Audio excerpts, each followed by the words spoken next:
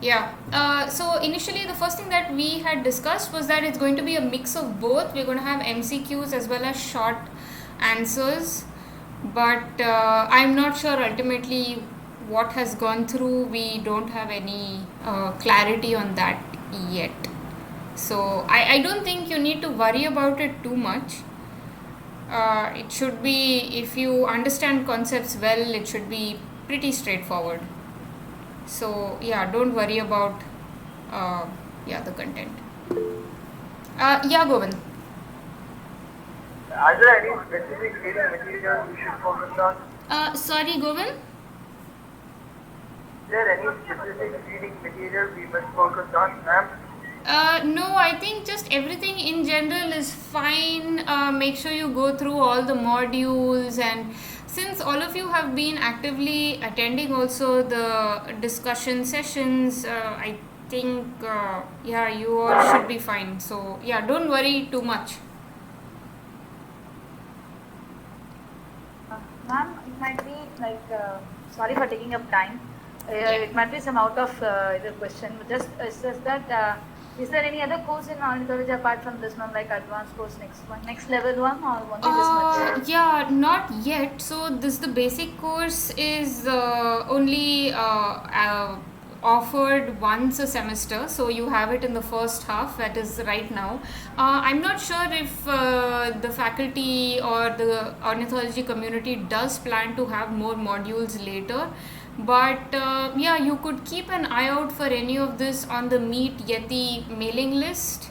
There might be workshops or something like that that might come up. So Because yeah. I just was looking into it seriously, not only ornithology but ecology, wildlife science in that area, so that I just can revive my education Yeah, again. so there are a bunch of other courses like wildlife ecology as well that is offered in the next semester by I think it's IIT Kharagpur or Kanpur. So that's also a 12-week course which summarizes Okay, everything in ecology, and I think there okay, are a ma'am. couple of them in environmental science as well.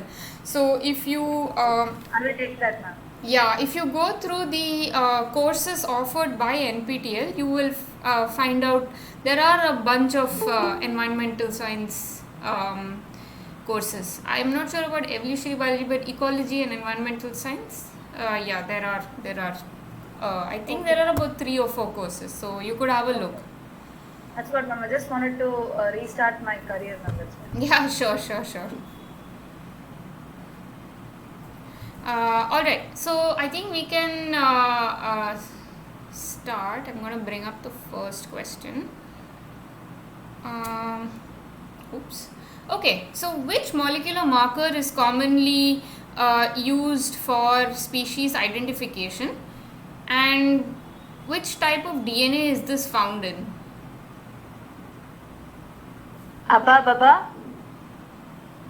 For animal species identification. Ma'am, is it SLCS or what is the S something? Govind, you're not clear, I'm afraid. It's very garbled. I can bring my laptop close, but it's on full volume. Maybe just type Govind. Anybody else has any ideas as to which molecular? So there are like several different things that you can use, but which is the most common molecular marker that is used for species identification? Snips, ma'am. A SNP is okay. Okay, so what is a SNP? It's a small piece of DNA fragment which is of interest, which is magnified, like multiplied, and then it is taken for further analysis, ma'am. It's a part of the DNA which we are interested in, which is Okay, cut. yeah. So a SNP is actually just a single site in the DNA. So it's called, the full form of a SNP is, does anyone know? Single nucleotide pair. Yeah. Sorry, Polymorphism. polymer. Yeah, Okay. so it's a single nucleotide, so you can have multiple SNPs in an entire genome, and a SNP can be variable or not, but it does not tell you the identity of a species. So let me put a little bit of a context out here. Okay, Rajashri says P2P8. No, that's not true. It's a molecular marker for sexing in birds.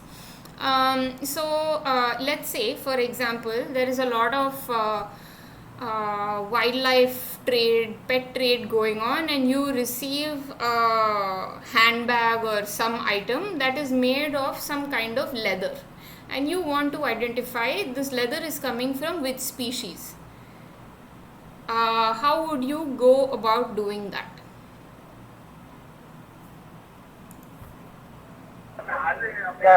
Take the residual tissue in the handbag and find out Yeah, or suppose for example these airports have a lot of bird hit data, and sometimes they are able to collect the samples as well. You don't know from which bird it belongs to, and you want to identify the species. You have a tissue sample. How would you do that?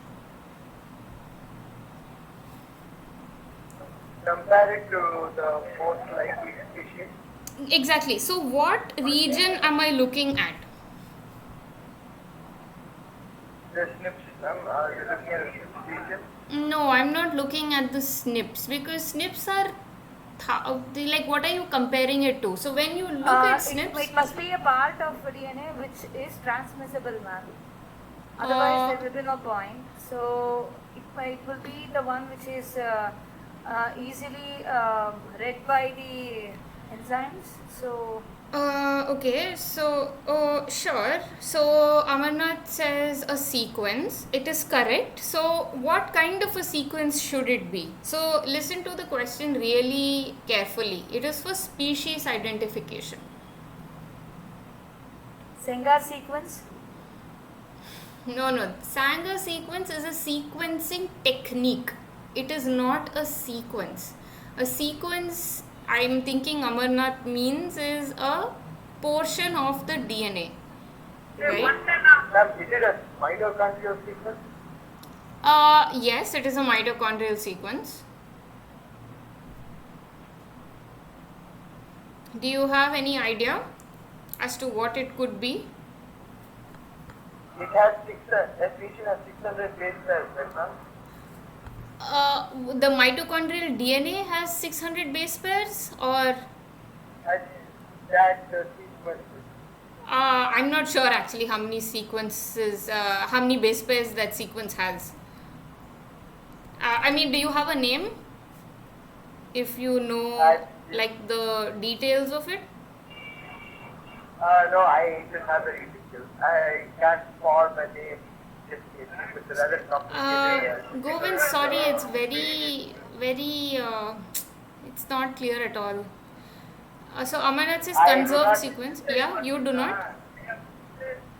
I do not have a name now. I only have certain details. Okay, you just have the numbers.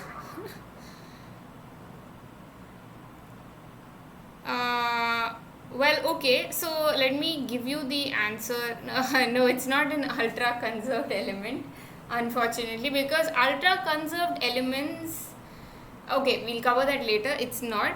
These are actually the most commonly used species identification markers are cytochrome C oxidase subunits, right? So COI units that are found. Where is it found? Could you type it in the chat box now?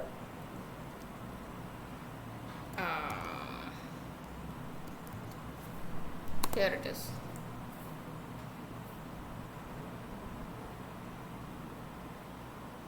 Thanks, ma'am. It's part of the mitochondrial DNA. Right? Yes, correct. And any idea as to what this does?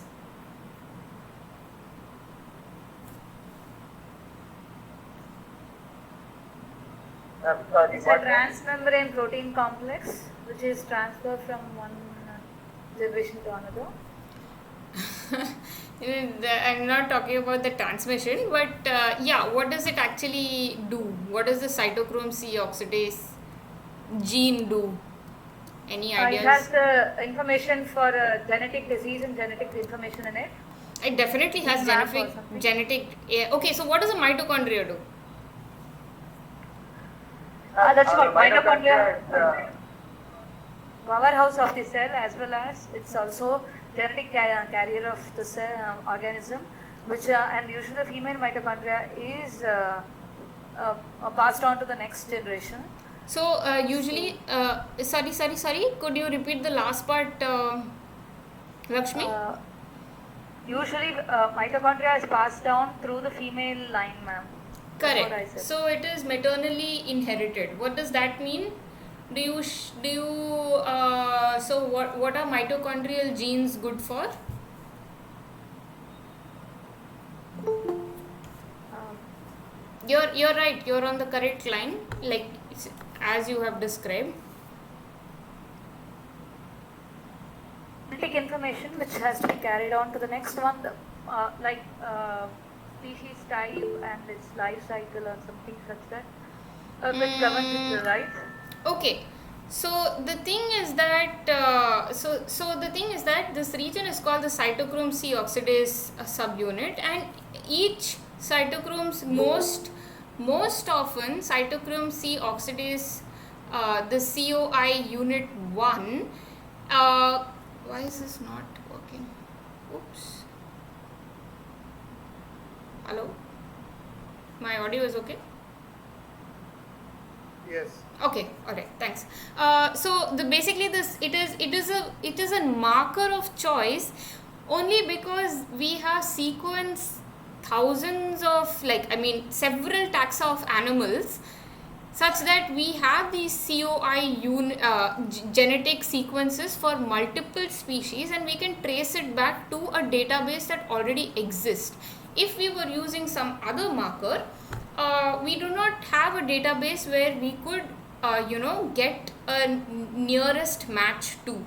So for example, if I know that certain animals are involved in are the most commonly traded animals or found in wildlife trade of a particular taxa, then I can create sequences that I can find out sequences that can be certain identifiers of that particular species. But since the COI gene is very commonly sequenced across multiple species, and it has unique signatures that are species specific, it is used as a marker. It is not the only marker, but it is a very common marker.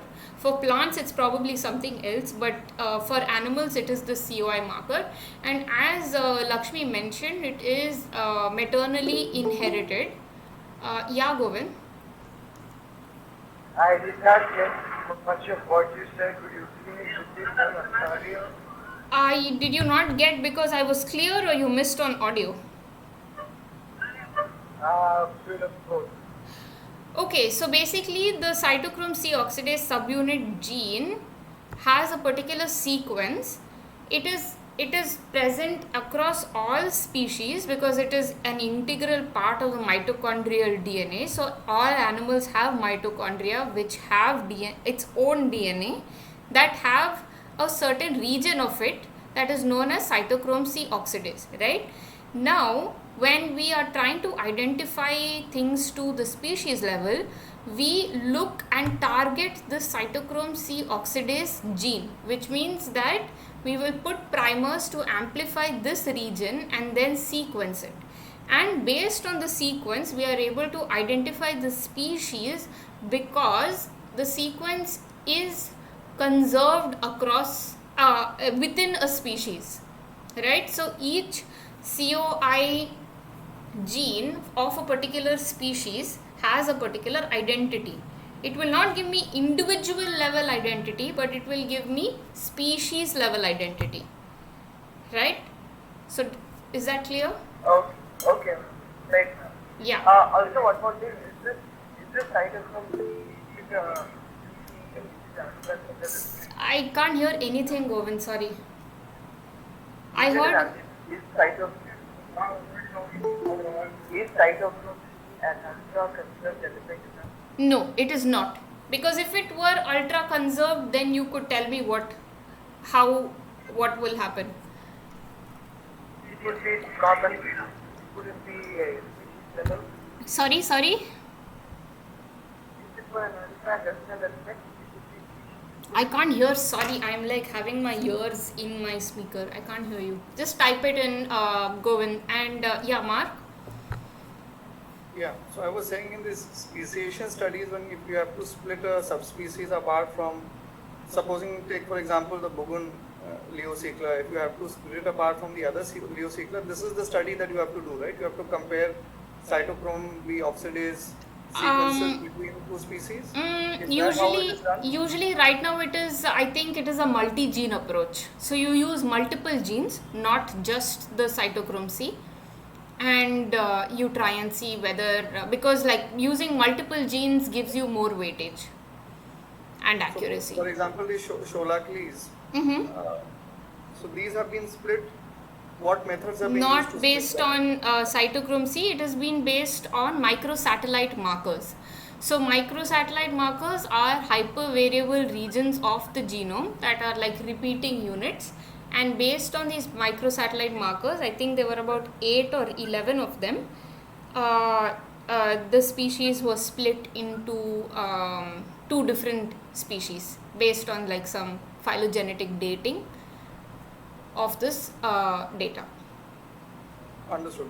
Yeah. Coming back to cytochrome B oxidase, how much of variation is required? So if you have two Yeah, sequences of I- two different individuals, how much of variation do you need to state that this is a separate species? Yeah, now? I'm not sure.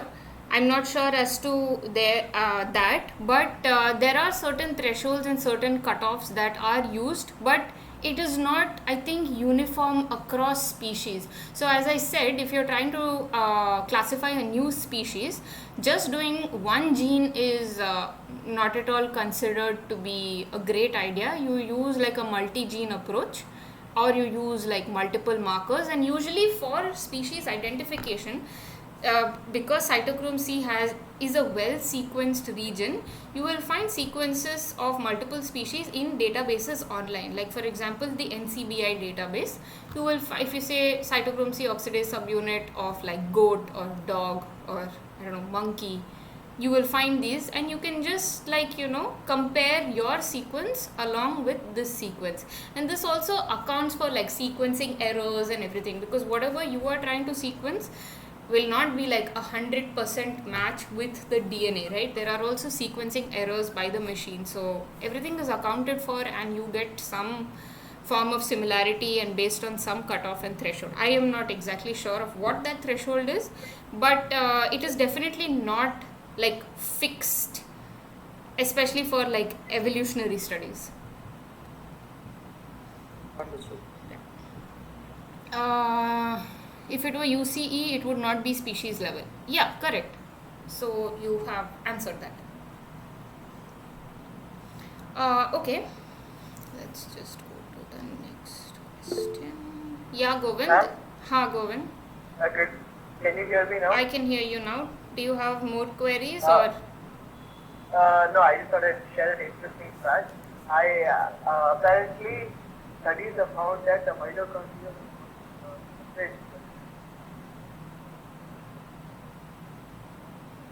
Can anyone hear Govind? Because I can't. Yeah. I just heard the horn. Govind, like maybe just hang on for a second. I think your audio is having some trouble. Like I heard the first part and then yeah, it's faded. I'm going to go to the next question for now. Okay, where can we get bird DNA from? Fecal samples, feathers, museum specimens, saliva, blood, toe clippings. You can you can put your answers in the chat and then we can discuss.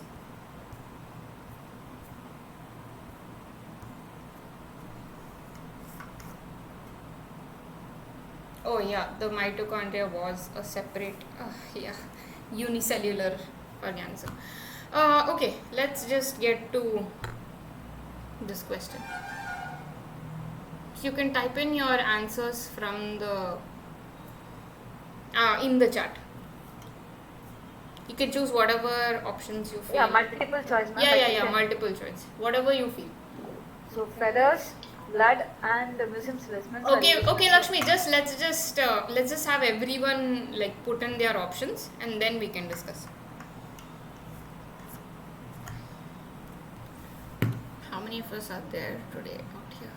1, 2, 3, 4, 5, 6, 7, 8, 9, 10, 11, 12, 12. Okay. Okay.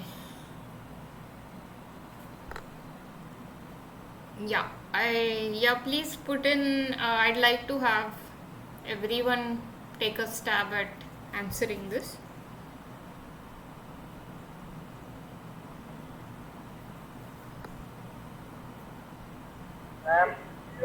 Ma'am, Yeah, I can hear you, Govind, but let's wait for everyone to get this. it's not to do with this question, ma'am. The previous question, is there any other part of the DNA which can be used to differentiate? Yeah, there are multiple things. Like you can whole genome sequence it and figure out. But since we are always limited in resources in being able to, do if we had like no, uh, you can use like multiple genes, you can use multiple regions of variability. But the most commonly used, as I was explaining earlier, is this because you already have like a sequenced database consisting of all the sequences of the COI gene. So yeah.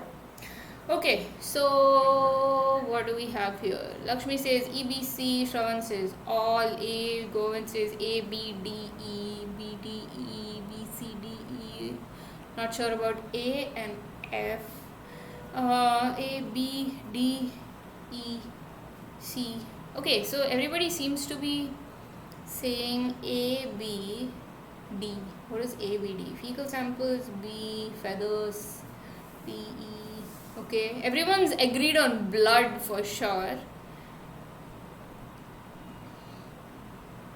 Ma'am, I have seen documentaries only about feathers, blood, and museum specimens, ma'am. Those banding stations documentaries which I see, there they take feather samples also, and they take blood, and usually museum specimens are also used. But I have not come across any kind of information about using saliva and toe clippings.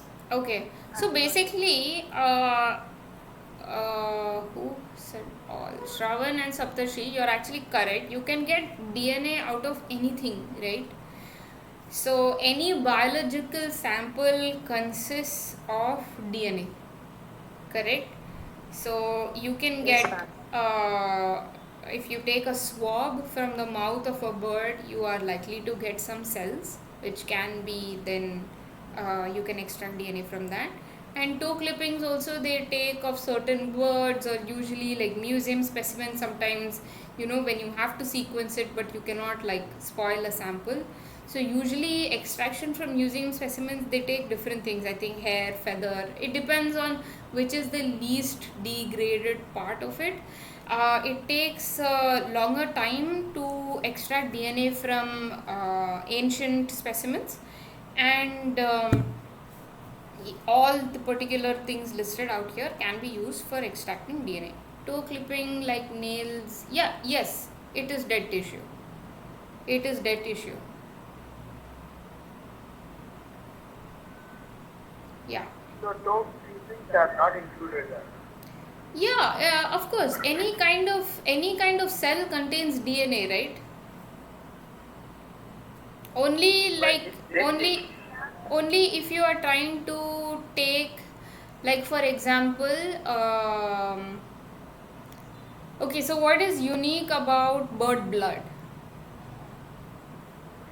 They have nucleated blood. Sorry. They have nucleated blood cells. Sorry. And they have Nucleated RBCs. Yeah, they have nucleated RBCs. Yeah, so unlike mammalian blood, they have nucleated RBCs. Yes, dead tissue can also be used to get DNA. So the toe clippings are not like just probably the nail, but they will be like the fleshy part of the toe as well. So yeah, some amount of like skin tissue would be there in that. Yeah. How to extract from feathers? Okay, the feathers is like the same way as you extract from.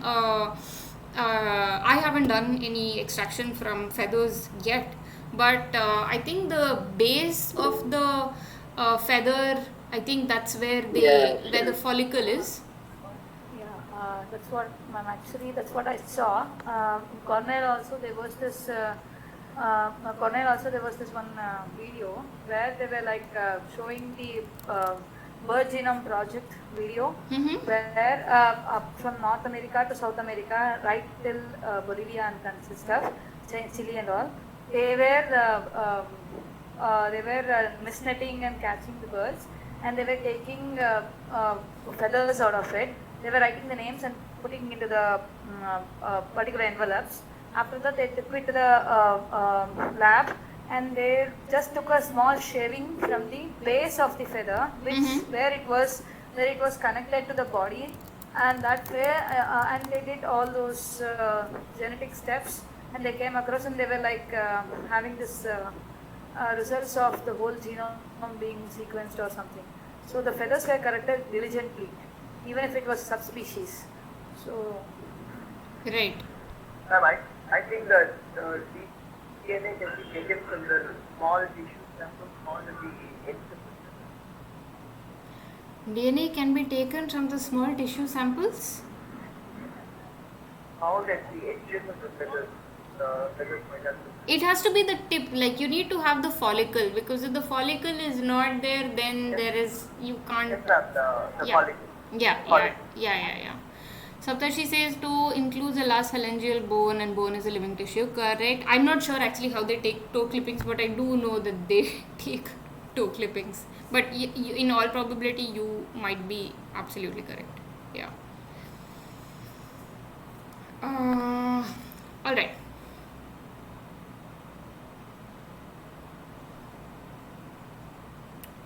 So, to which of the has this switched? Okay, I don't know. My system is absolutely Ma'am, slow today. yeah, to at least you as one more information, like even in India, the bird DNA barcoding studies being done. Right, correct. Yeah. Wherein I was also involved as a project scholar. Okay. So we have done this. So the feathers, when we usually collect from the field, we collect it as if you find the feather tip is not contaminated. If it is like we catch the bird, or like we get the bird carcass or anything, then we extract it like we From the pluck tissue. one or two. Okay. Yeah, and that tip, the follicles are preserved, like collected very carefully so that it won't Yeah. get contaminated. I was just wondering, if you have like a dead bird, would you not take like a muscle tissue or something rather than of hair follicle? Yeah, actually, but the process has to be done quickly. In the case of like if we get a complete carcass, then we collect whole Right. and Okay. we store it in low temperatures in the freezers and all. Right. All right. Sure. Cool. Yeah. Thanks for those details. Okay. So, which of the following are true?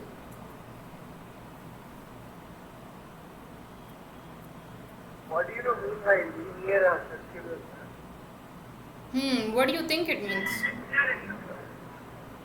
Yes. Same.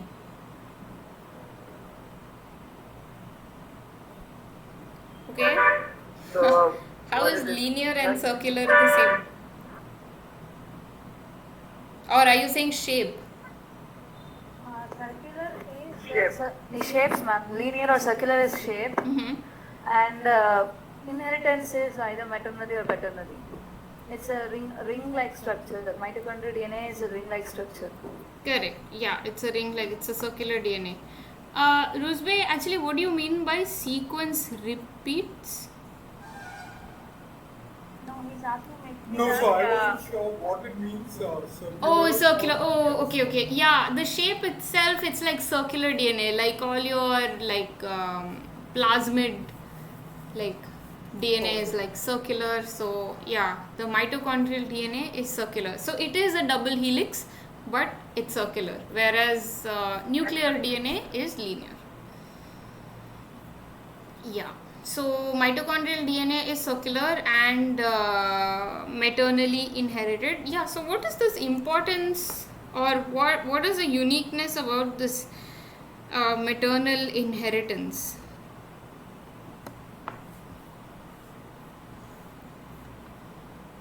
And what is unique about this mitochondrial DNA?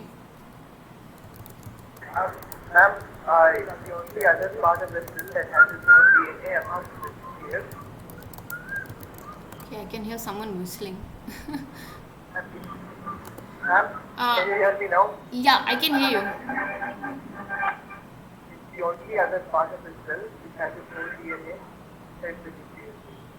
Yeah, okay. Saptarshi says uniparental inheritance. That is actually incorrect, because you should be more specific and say that it is only maternal inheritance, because you can only inherit it from your mother. So it is maternally transmitted. So yeah, Govind, maybe just type, because I'm sorry, I'm finding it very difficult to like hear you. It's just like breaking and What about now, ma'am? yeah. When you start talking, it's clear, and then after that, it There's just disturbance in your call, Govind. It is better that you move to a silent place or type, because there's too much of I background. think you are traveling. He's traveling. okay. And I am. next to his seat, the other person is listening. Okay. Then it is better you type, because there's too much background noise. Yeah, it's actually fading. Maybe as you move, also the signal's like fading. Okay, so basically, it's maternally inherited, and that means that you can trace like a lot of diseases that are passed from generation to generation along the maternal line, right? Because there are a lot of diseases that could be linked, or genetic like conditions that can be linked. So that's why mitochondrial DNA is pretty interesting to know, and it's also quite the reason for maternal inheritance. Yeah, I'm not actually like sure, but I think the entire cytoplasm comes from the mother, the egg cell, and not the sperm. So I think that's where, I think that is the reason. It evolves faster than nuclear genetic markers. Yeah, sure. It represents. Okay. Yeah. Okay. Thanks, Saptarshi. Yeah. If anyone knows how maternal inheritance happens, that of the mitochondrial genome, that would also be helpful. But I think it's something to do with like the cytoplasm. Biparental inheritance leads to failure of embryo. Biparental inheritance of mitochondria? I have no idea. I don't know if this is possible.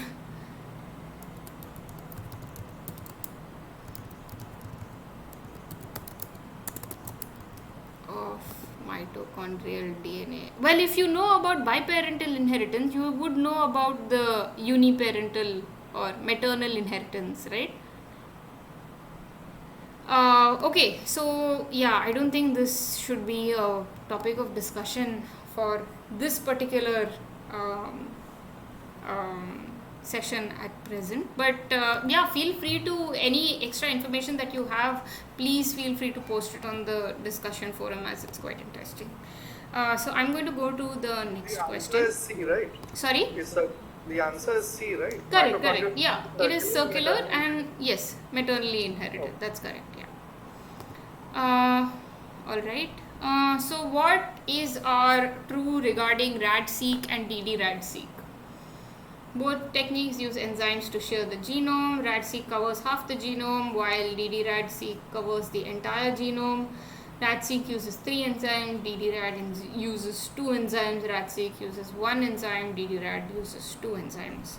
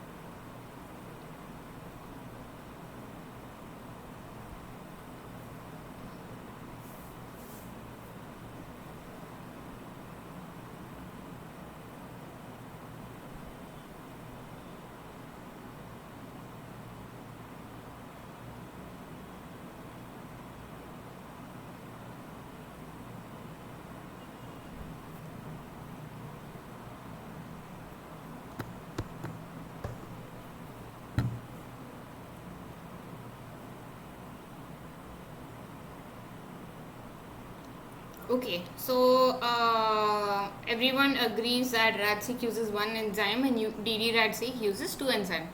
So what exactly are these enzymes doing?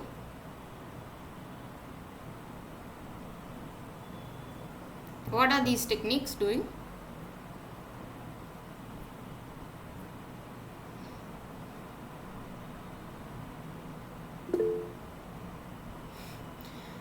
Sure, Govind, go ahead.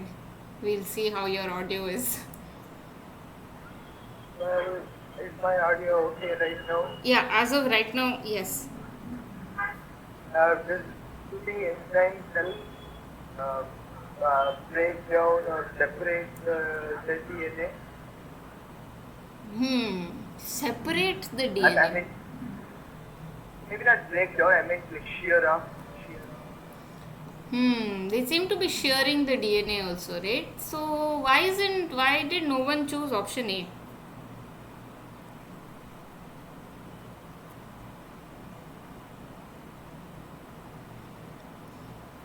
Ma'am, I would have chose A also, but I thought only one answer should be given. So. Oh, I wrote what is R true, right? So I didn't check that, ma'am. What is I just skipped that part. The same issue here. Yeah, okay. So A and D are right. Saptarshi says use for SNP analysis. So to discover SNPs actually. So you use DD-RAD or any RAD-seq techniques, because these techniques are used for reduced representation of the genome, right?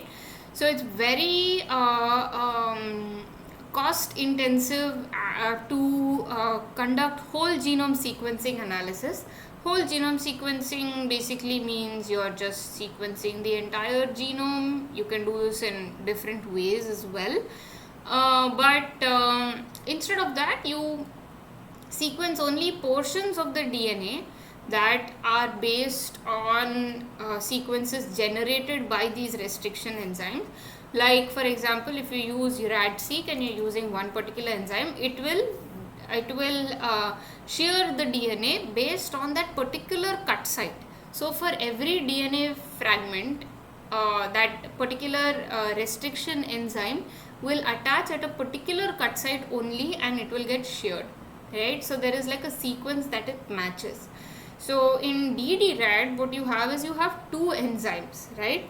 And those 2 enzymes, when they cut on either side of the genome, your a cut piece of DNA is flanked by the cut sites of one enzyme on one end and the other enzyme on the other end. So you have this fragment that is then selected for based on its size, and then you attach some adapters that give it a unique identity, so you know that this particular sequence came from this particular sample, right? And then you do your sequencing from it to get the base pairs in that particular fragment. So you will have multiple fragments across the entire genome.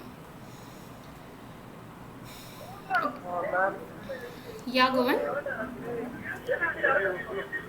my audio is I'm Govind, just maybe you can go through this video once it's done, because we're little like short for time. So if everyone's heard me clearly, I hope, if that's okay. Yes. Yeah, all right, then Govind, just check this part of the video again, okay? All right, so next question is, what should be the pH for the Queen's lysis buffer?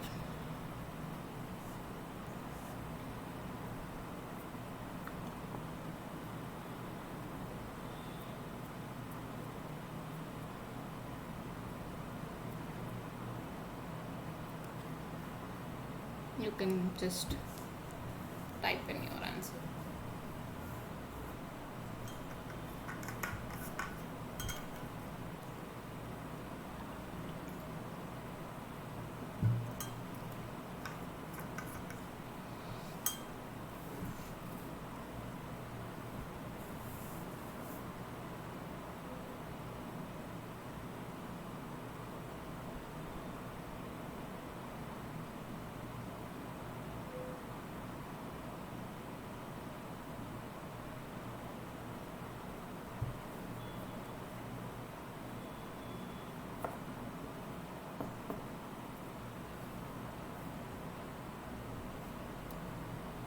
Okay, everyone's gotten in their answers.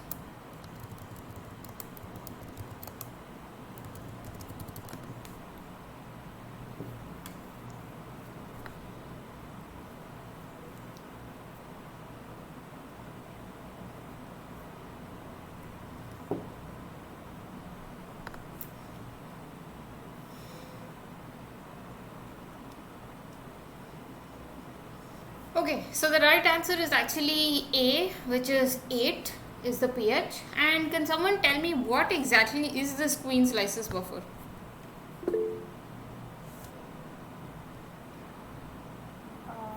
Ma'am, Queen lysis buffer is the one which is used to transport blood sample taken in the field from the birds. Transport blood sample or and Store. Store, that's what. For transporting means we have to store it for a certain amount of time, ma'am, till it comes to the lab and it is used. yeah, so it is stored like permanently, like not only till it reaches the lab, like it is. Okay. Yeah. That I didn't know, ma'am. Yeah, so it's permanently For- stored in this Queen's lysis Sample buffer. library, ma'am, like a kind of sample library or something.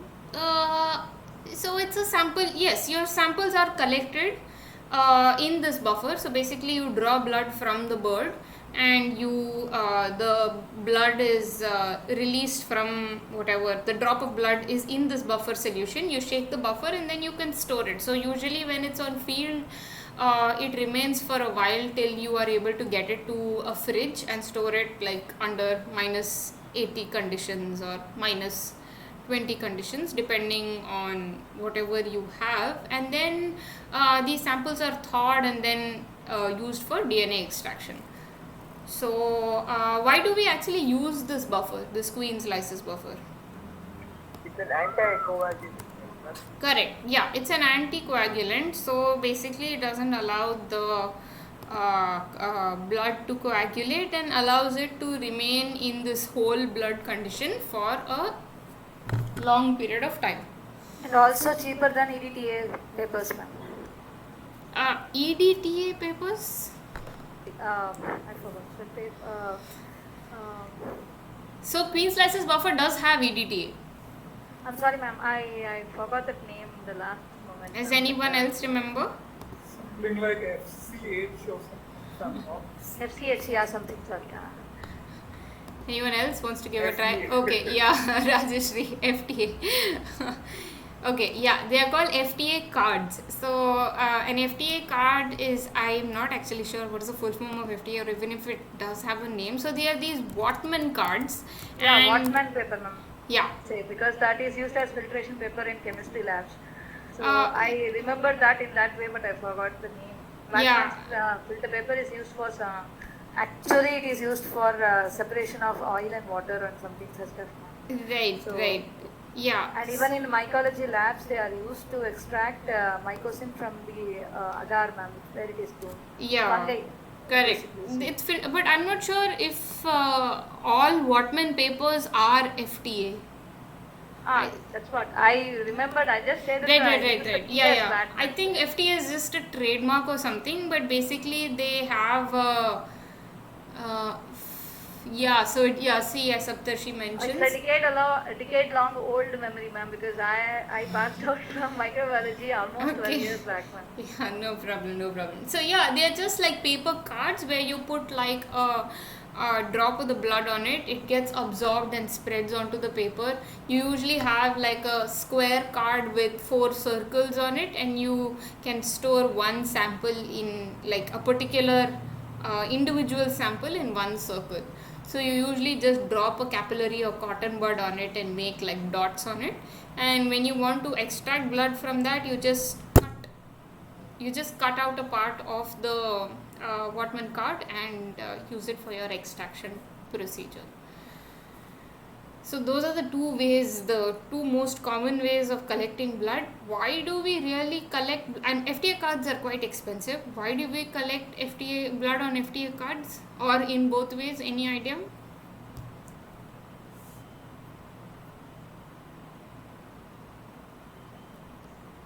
Or both on FTA cards as well as buffer? The reliable way to store and carry the blood. Sure, but why do it in both ways? To extract the DNA from the blood. I can extract DNA from both.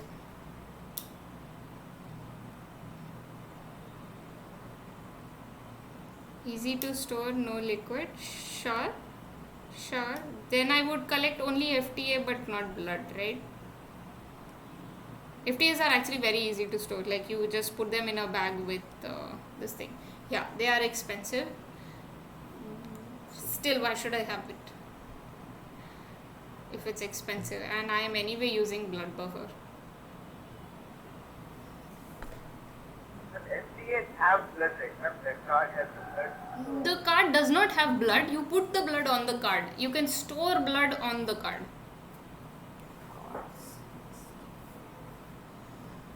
Sir, where we are carrying blood, right? Ma'am? Sorry? The method we are carrying the blood, right? Ma'am? Yeah. You are storing the blood on the card. So you make a spot on the card with a cotton bud that has already the blood from the bird. No need for refrigeration, correct. Protects DNA from protein, okay.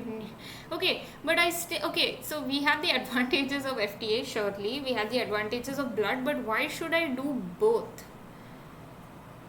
Why should I have FTA as well as blood? Why should I collect both?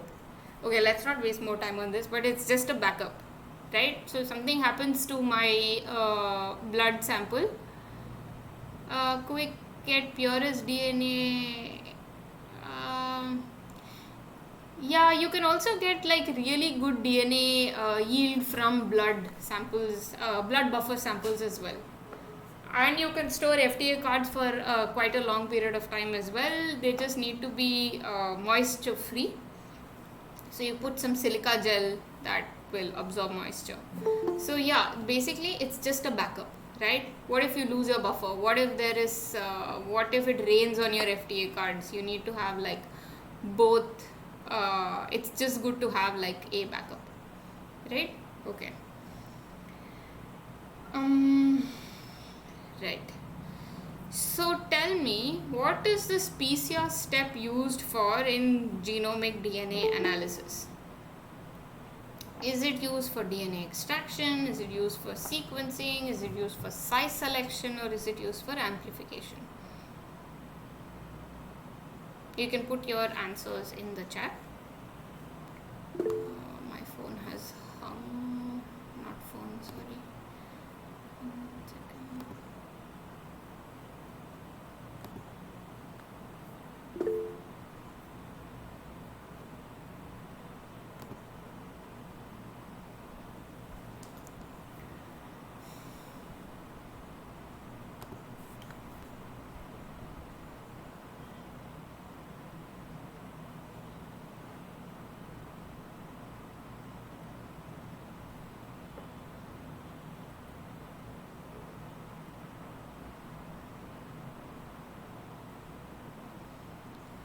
Okay, so everybody knows that it is used for DNA amplification, right? So okay, that's yes, Govind. More replication than amplification, right? Same thing. It's more like replication than amplification. Same thing, right? Replication and amplification is the same thing. You're replicating a sequence, you're amplifying a sequence.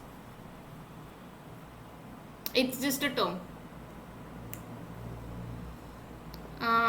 Okay, so let's go to the next question. So, which enzyme is used in the PCR reaction? Okay, what? Sorry, Amarnath asked a question. DNA extraction. Okay, so PCR. Cannot be used in extraction because PCR. Let's discuss this in a later slide. I have got a slide for this, Amarnath. We'll get back to this. We'll discuss this in detail.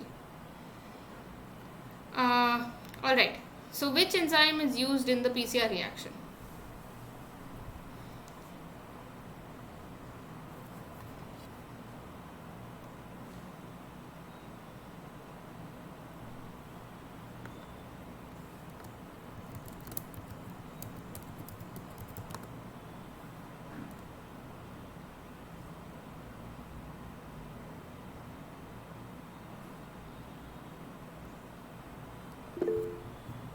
Ma'am, in the previous question, the mean life buffer is, ma'am, Yeah, what happened to the buffer? the mean life buffer, I have a question. Mm-hmm. Is it some kind of hemotoxin? Is it hemotoxic? I mean, do you want to drink it? I don't know if it is used for. Yeah, I have no idea. No idea. It is an anticoagulant, but it's kind of like a hemotoxin. Well, even leeches have heparin, which is an anticoagulant, and it is not toxic to us. We don't die. So yeah. But it's a small amount, given a large enough dose. No idea, Govind. No idea. Okay. So everyone. Oh God. Everyone has correctly answered. It is actually Taq polymerase. So what exactly does Taq polymerase do?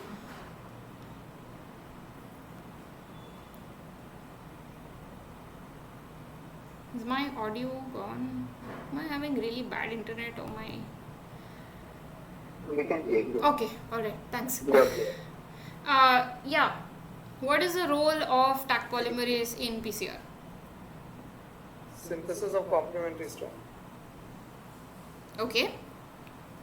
Yeah.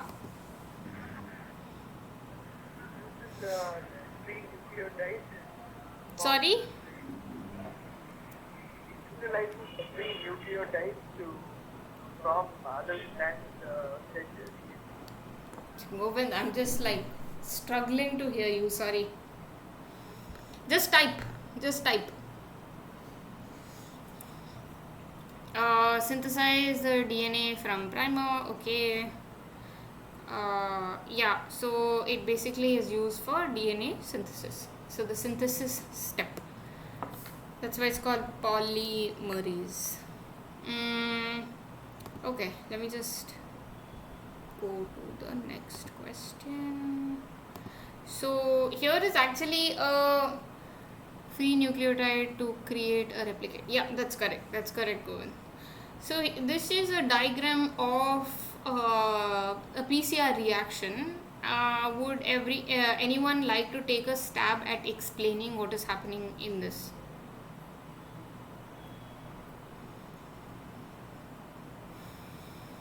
It's there on the screen. Would someone like to take a stab at explaining it?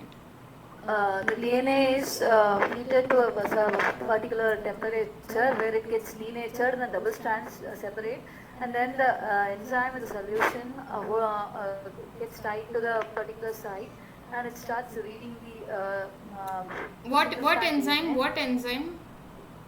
I don't remember the person. Govind, sorry, I can't hear you. Yeah, Lakshmi. Primers. Yeah. Sure. The Primers get primers. attached to the single strand RAM, and the new strand is read and it is created, and then again the cycle starts where it gets denatured, separates, new strand is created, and again it's separated. Right. And in such a way that a particular sequence you get multiple replicates of it, so Yeah. that it is quantifiable. So, based on the region of what I want to amplify, what do I actually change in this PCR reaction? Primers. Yes, ma'am. Yeah, that's correct. I don't know who said primers first, but yeah, that's correct. You change the primers because primers will bind to a certain region of your genome and will amplify that particular region only. Okay, so I think everyone has quite a good idea of how PCR works, which is great. What is a machine that is used to carry out a PCR reaction? Thermal tissue. Did you say polymerase chain reaction machine? I said thermal. Thermal. Okay. What is that saying? Yeah.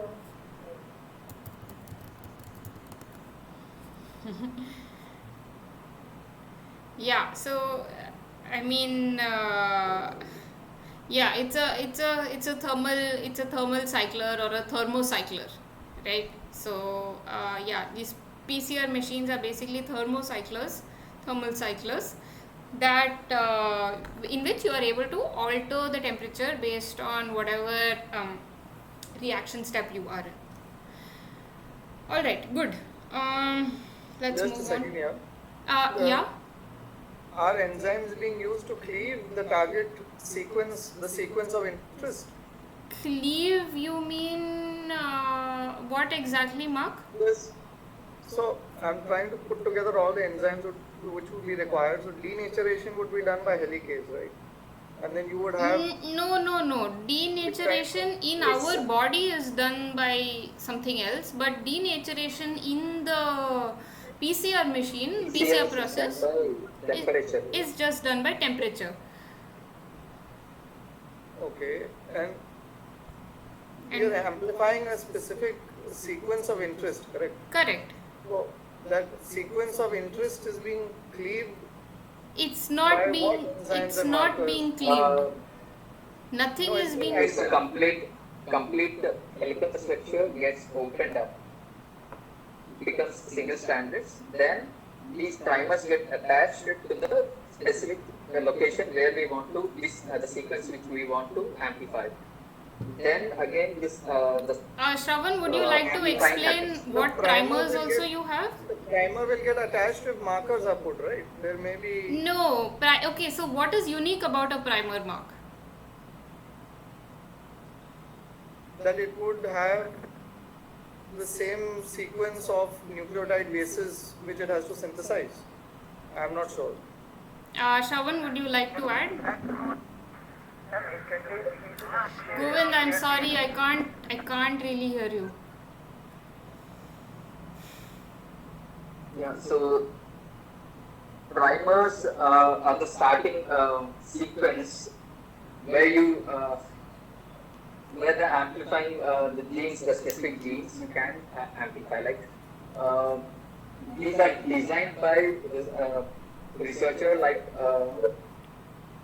upon going through the sequence, like studying the sequence which the pattern, the sequence which is repeating, that will be designed, chosen and designed for the amplifying of the maximum amplification of the DNA.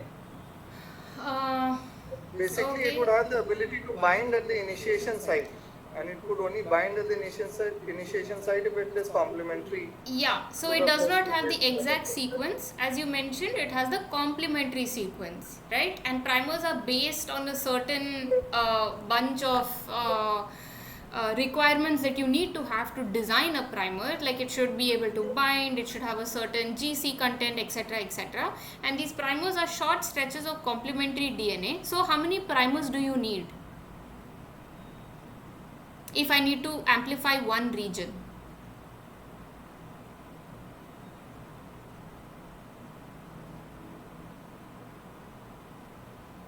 The primer would be one, but the number of primers that attach will keep increasing as the number of copies that are required to be made. Okay, what will happen if you have? So first Okay, strand, first hang on, by hang one on. strand. Let's break this down. What will happen if you have only one primer? You don't need one primer. You need two primers minimum. Yeah, why do you need two primers? Because the reading sequence is different. One is from 5' end to 3' end, Correct. 3' end to 5' end. Correct. Yeah. But I'm saying in the type of primer, you would need one type of primer, right? For a particular sequence, it will have to be primers that are complementary. This primer in the second, third, and nth cycle is Correct. the same primer. Yes. It's just different numbers. No, you put X amount of primer in the starting. The amount of primer remains the same, right? The primer content is not changing. I put some microliters of primer in my initial sample, and those primers keep like multiplying, and they are amplifying the particular region of the DNA based on whatever is separating, right? So they get incorporated inside your DNA strand when it's joining again, right? So the amount of primer is definitely more. It's quite a bit. Your understanding, Mark. Yeah. The entire process is arrested by the thermocycler being stopped, right? Otherwise, Correct. Or even I need say 100 copies. So how do you ensure that? So it will just be exponential, right? So you can do the math and see. Like in the first case, you have 2 strands. Now when that denatures, you have 4. Then when that denatures again, you have like 8. And you would need definitely. You program the number of cycles, specific Yes, cycles. You correct. run for. Correct. You can program That's the what I number meant of. to say, ma'am. I have seen the machine, PCR Yeah. machine, and they have this dials to control. And nearest to the hundreds, actually, you can't exactly have 24 strands or something. It is always done to the nearest of 100. And they have this knob which they turn for the particular amount. It will do this process, cycle this process only for that particular amount of time, and then it will and it stops. Yeah. So you can set a program. You can set a program based on what you want to amplify, based on the primer binding, best temperature, etc., etc. So this is by like trial and error of multiple scientists over multiple studies. They have found like a perfect temperature where the primers will bind to the DNA sequence, right? So that temperature you can set. So for every step of the PCR, you can set the temperature based on whatever you are trying to do and whichever region you are trying to amplify, right? And the PCR will finally stop. I mean, it can go endlessly, but if you leave it to go endlessly, it will stop till when the nucleotides get over, right? So it uses, so as Govind has mentioned out here, it uses free nucleotides to create a replicate. And once your nucleotides is over, it so of course you have to add a large amount of, so you call this as a master mix, and your master mix consists of your primer, some amount of like water, as well as your DNTPs, which are your nucleotides. That is your ATGC. Ma'am, Yeah, Govind. so the minimum number of primers is 2. You can put n number of primers, right? I mean, like depending on whatever regions you need to amplify. So if you have 2 regions to amplify, you will have 2 primers. I mean 4 primers. Even for example, like if you have only one primer, single strand will get amplified. Yeah. Again, it will get the denatured DNA will get back to its own original state again. You will get this. You will then single get only stranded single RNA stranded. RNA Yeah. strand. And so even a single primer can get the job done.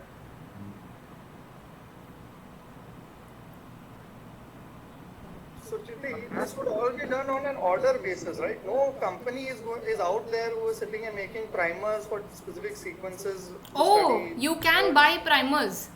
That's a good question. You can buy primers for markers that are commonly used, and you can design your own primers as well if you know the sequences. So you have universal primers, Correct. which the companies will sell for you. Or else, if you want to specifically amplify one sequence, then you have to design. Okay. Ma'am, so even a single primer can get the job done.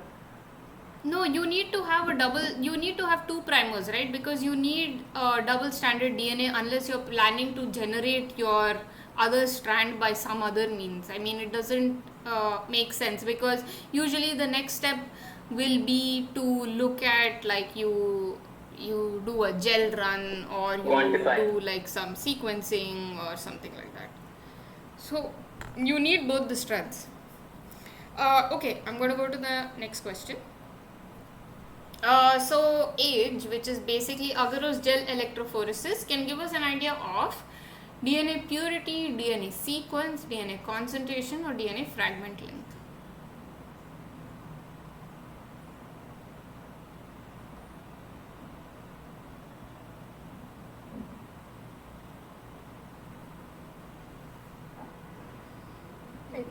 It reminds me of me doing Western plot and Southern plot in my MSc 4th semester, ma'am.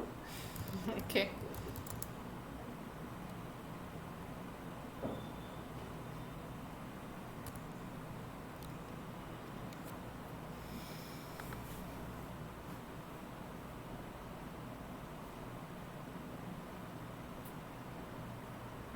Actually, I have a doubt. I have a doubt in this because it's been so long. I just want to brush up. It is actually only the DNA fragments are actually compared, no, ma'am, not the sequences right here. When it is run and when it is done. When it Wow, is run Shravan and is done, like it's the frag- ACD. Okay. I'm going to leave Lakshmi's question open for anyone to answer. Actually, I get a bit confused. It's been so long, that's why. I'm so sorry. No, that's okay. That's a good question, Lakshmi, but I'm going to leave it open to answer.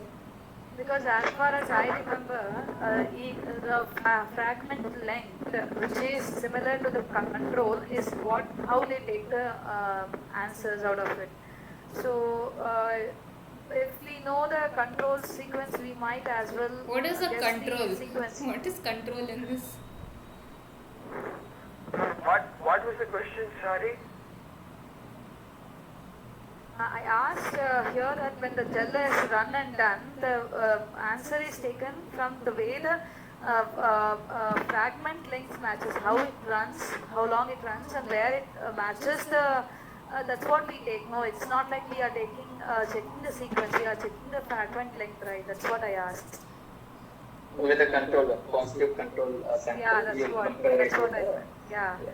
When two things are run, when two samples are run, let us take if there is no control.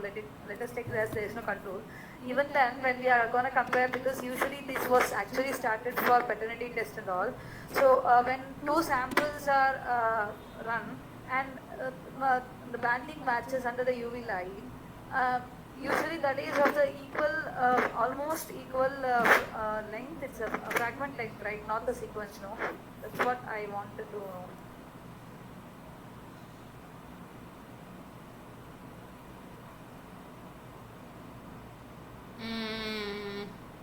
Okay, so does anyone know what actually is happening in gel electrophoresis? Ma'am, multiple answers are, can we select multiple answers, ma'am? Uh, sure, if you'd like to. In gel electrophoresis, gel is set, agarose gel is used, and the sample which is denatured and it is cut and processed sample of DNA is mixed with a marker, and it is loaded into the wells, which is comb-like structure. We keep the comb-like structure in the gel and make wells, and in that wells we load the sample, and we pass electric current through that, and it is made to run for a particular amount of time. It can be a few hours, and when it runs, when it according to the DNA's polarity, it runs to the opposite part, and when it is done and finished, it is kept under UV light to study. Because the marker is UV one, so when it is kept under the UV light, we can see the banding and how long they have traveled. That's what it happens in the agarose gel. Right, sure. Okay. So that is that's yeah, that's like a brief description of what is agarose gel electrophoresis. So basically, so the correct answer is actually D. It tells you fragment length because DNA travels through the agarose based on what? It's weight, ma'am. It's weight. Weight.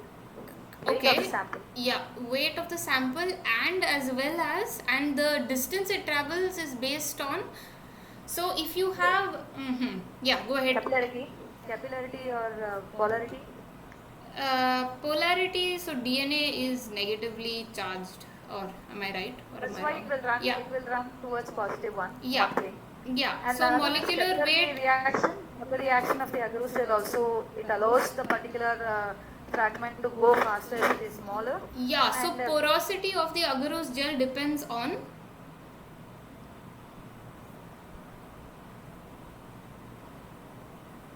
concentration of the agar. Correct. Yeah. So if I want to separate fragments that are very minor, close to in molecular weight or size to each other, I'll need to use a higher concentration of agarose gel so that I will get a finer resolution or separation resolution of the DNA fragments, right? So you can't find out purity or concentration of the DNA based on agarose gel electrophoresis. It also does not give you the sequence of the DNA sample. It only gives you like the molecular weight and actually if your PCR has worked or not, right? Because if the PCR has worked, you will know that the region that you are trying to amplify has a particular molecular weight, and you use a particular marker that you load in your gel, which will give you a resolution at different kb, at different lengths of DNA or molecular weights of DNA.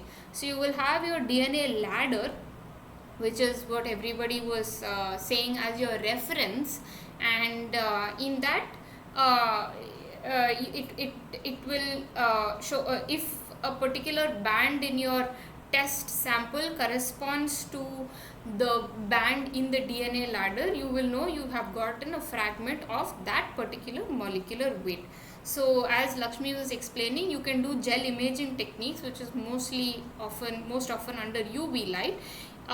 Since you use something like I think it is ethidium bromide, or you Ethidium can bromide. yeah, you can use ethidium bromide, but it is quite toxic in nature. So there are also other dyes such as orangey and gel red, a mixture of orangey and gel red that is used, which is non toxic in nature, that also fluoresces under UV.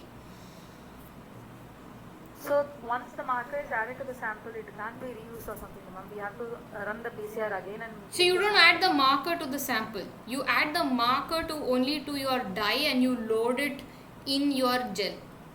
That is just your marker to show the ladder of possible molecular weights that your sample can be of.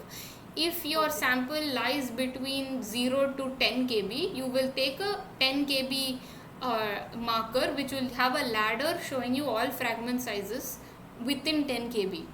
But you won't take like a 100 kb marker, if you need like a finer resolution for within like 10 kb. Ma'am, one more doubt. What is tool used for finding DNA purity, ma'am? So for purity is mostly like your DNA concentration. You can find out using any of these spectrophotometric techniques. So you usually have a ratio that you can see. I think it is 260 to 280 something of DNA to RNA concentration, and you can measure the concentration. Ma'am, purity and concentration both are same or different? Yeah, I'm. Purity is the level of concentration in a particular sample, no, ma'am. So. Yeah, I think it's kind of like interchangeable, but purity is basically how much of DNA itself do you have, like DNA or DNA in terms of like RNA or any other contamination. So how pure is your DNA? So you usually get that with when you look at it under some spectrophotometer, because they usually check for concentration of DNA versus RNA, and you can make out whether you are getting more of DNA in your sample, or is it like contaminated with a lot of RNA. So if I can add. Yeah, sure. So the unamplified or the leftover material which we have given for amplifying, those material follow behind the actual concentration or actual bandwidth. So that will appear like a smudge. So that accounts for the impure material or contaminated material. That will be counted. Sure, So or it could also, or Shravan, it also could be the DNA, but it's not amplified, right? Because you're doing PCR only for particular region. Yeah. Yes. Yeah. So that counts for the impurity, and so the one which exactly looks like a band or forms a band is called is the DNA purity. I don't think that is concentration. No, not really. You can't quantify based on just the band. You can only make out if it is DNA of that size or not, but you don't know how much amount that is. Yeah. It's not quantified, but it will give an assumption like, okay, there's no everything which we have given into the reaction chamber got used or still left over. Yeah, so you can make out if your PCR is being successful in amplifying your region of interest or not, but it doesn't give you a concentration. And also your concentration you have to do before you do your PCR, right? Because you first need to find out the concentration of your DNA before you do your PCR. Of course, PCR will amplify the DNA, but so it's several different library preparation techniques. They look for concentration before as well as after. Alright, let's move on. So what is exactly a haplotype? A haplotype is a sequence of genes inherited from both parents. A sequence of... Wow, someone's coming into class now. A sequence of genes inherited from one parent, a sequence of genes that forms the unique identity of an individual, or is representation of the genetic makeup of an organism.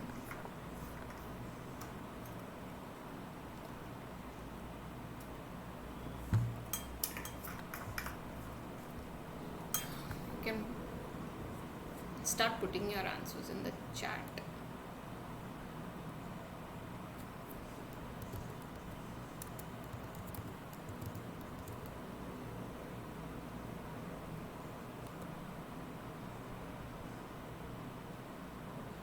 Ma'am, I have a question. Yeah. Just what kind of materials are primers? Are they like enzymes with DNA or something? They are just sequences. They are just a sequence of nucleotides that are complementary, that are of the region that are complementary to the region which you want to amplify.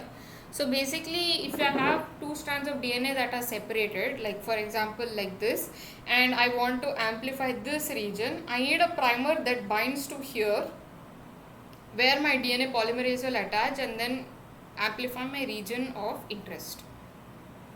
So it's just a sequence of nucleotides.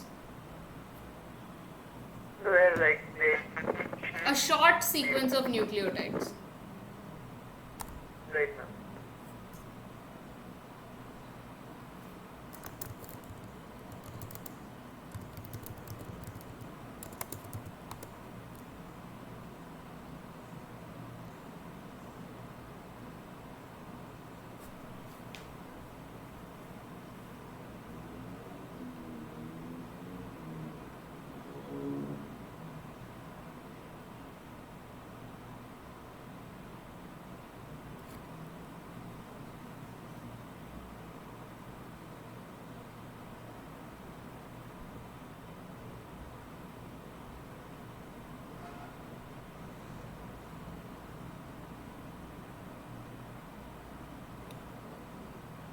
So, okay, so multiple answers B, B, C, B, both B and C.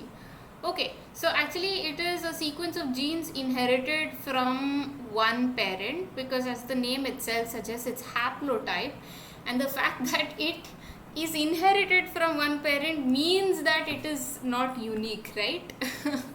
For an individual, because both the parent and the offspring have the same set of genes, right? So it is not C. So yeah, sequence of genes inherited from, yeah, Govind? Mitochondria can be called a haplotype. No, it's mitochondria is the entire mitochondria itself is inherited, right? Is transmitted. Mitochondrial DNA. Should that be called a haplotype? Mitochondria is double stranded. Haplotype, haploid is single stranded, right? Because it's not diploid, it's haploid. Why So an DNA example of it haplotype? would I have actually no idea about that. Why chromosome? Chromosome does not come in a pair, sure. I'm not sure of that. Worth looking it up. I would not want to give misinformation on Y chromosome.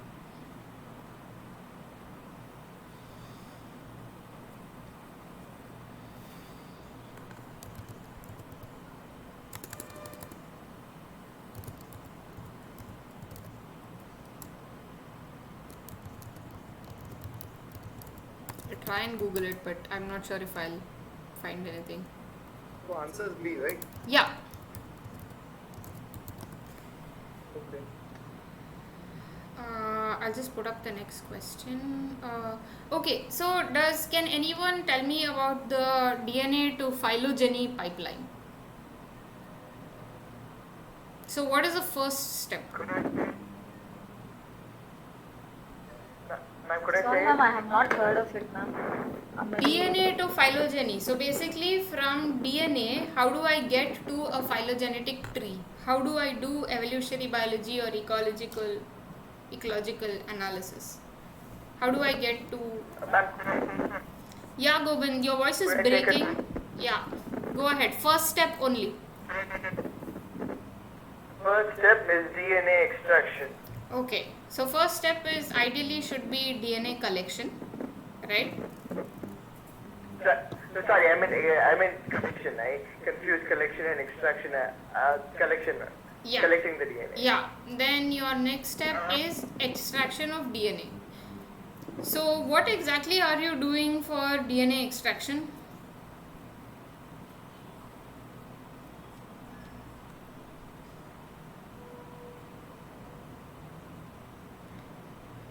Cell lysis. Yeah, so you're lysing the, like, let's say just for birds, like for example, and with the example of tissue as the uh, tissue that we're extracting DNA from. I'm actually going to. Amarnath, I said I would answer some question of yours, but I can't really find it in the chat. If you could put that again, that would be great. Okay, yeah. So you basically lyse the cell to extract the DNA which is there in the RBC, right? So since RBCs are nucleated in birds, you lyse all the membranes and you do different steps or different washes to remove how much ever impurity you can, whether it's protein, RNA, debris, etc., and you pass these through different filters, and you finally get DNA that is eluted out. Okay, and you would assume that it is DNA in its purest form. So okay, so once that happens, what you will do is, after extraction, what's the next step? PCR amplification of the DNA. Okay, yeah, so PCR amplification of the DNA is done because you are interested in a particular region of the DNA and you want that region to be amplified. And I think everyone knows how PCR amplification is done, so we're not going to spend more time on that. Okay, what's next? Yeah. Denaturing the DNA should be the next after the extraction. So actually Rajashri has got the right answer. She says DNA sequencing, which is correct.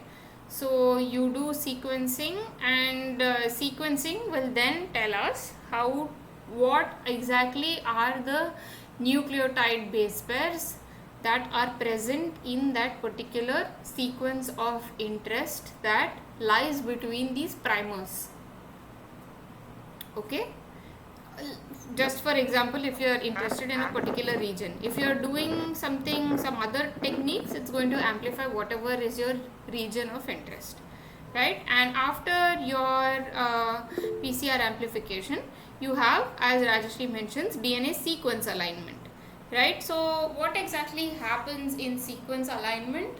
Would anyone like to explain?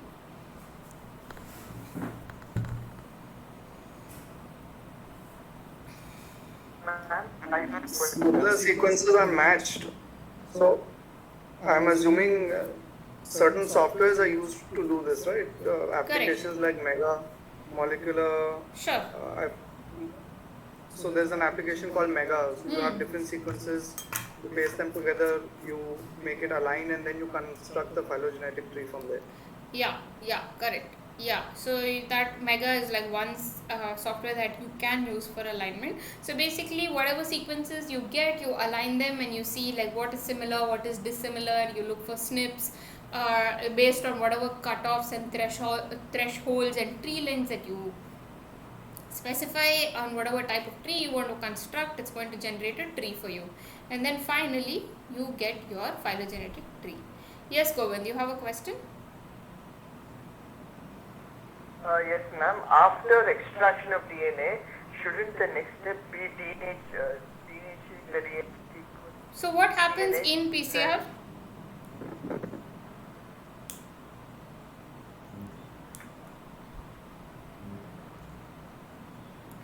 So denatured DNA is highly unstable, right? So you can't In order for amplification to happen, already that process is Yeah. been taken care of. Yeah. So the You process cannot is amplify already something if you've not split the strand and in order to make copies of it. So.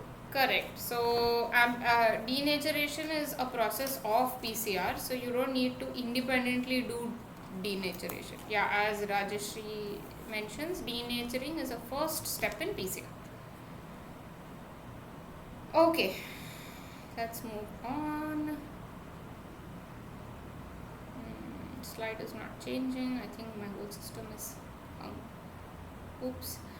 Okay, so let's this is just based on discussion, it's not any particular MCQ.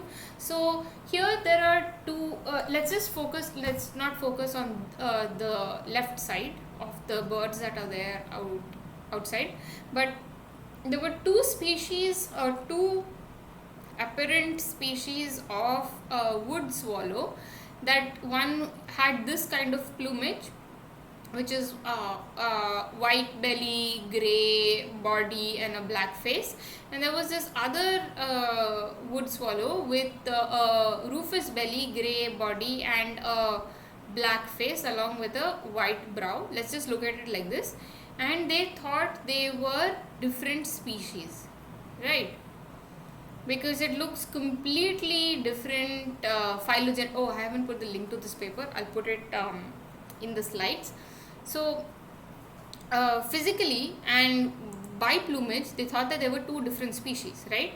But then they did something known as a process known as DDRAD, which is double digest restriction enzyme associated sequencing, DDRAD-seq, and what they saw was a structure plot that showed this. So basically, to explain this further to you,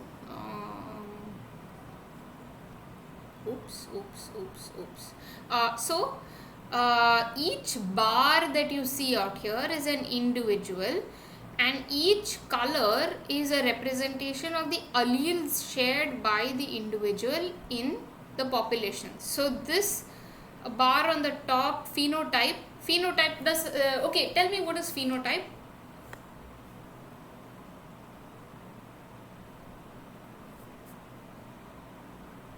Can someone? Morphology.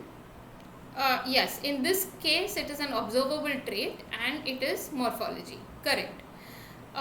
So in this case you have phenology based, so you have this first a region that has a bunch of individuals that are denoted by the rufous morph, and then there are other bunch of individuals that fall below this grey bar that are a part of this grey morph, right?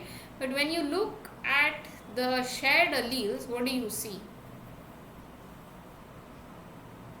Yes, these birds are sympatric species.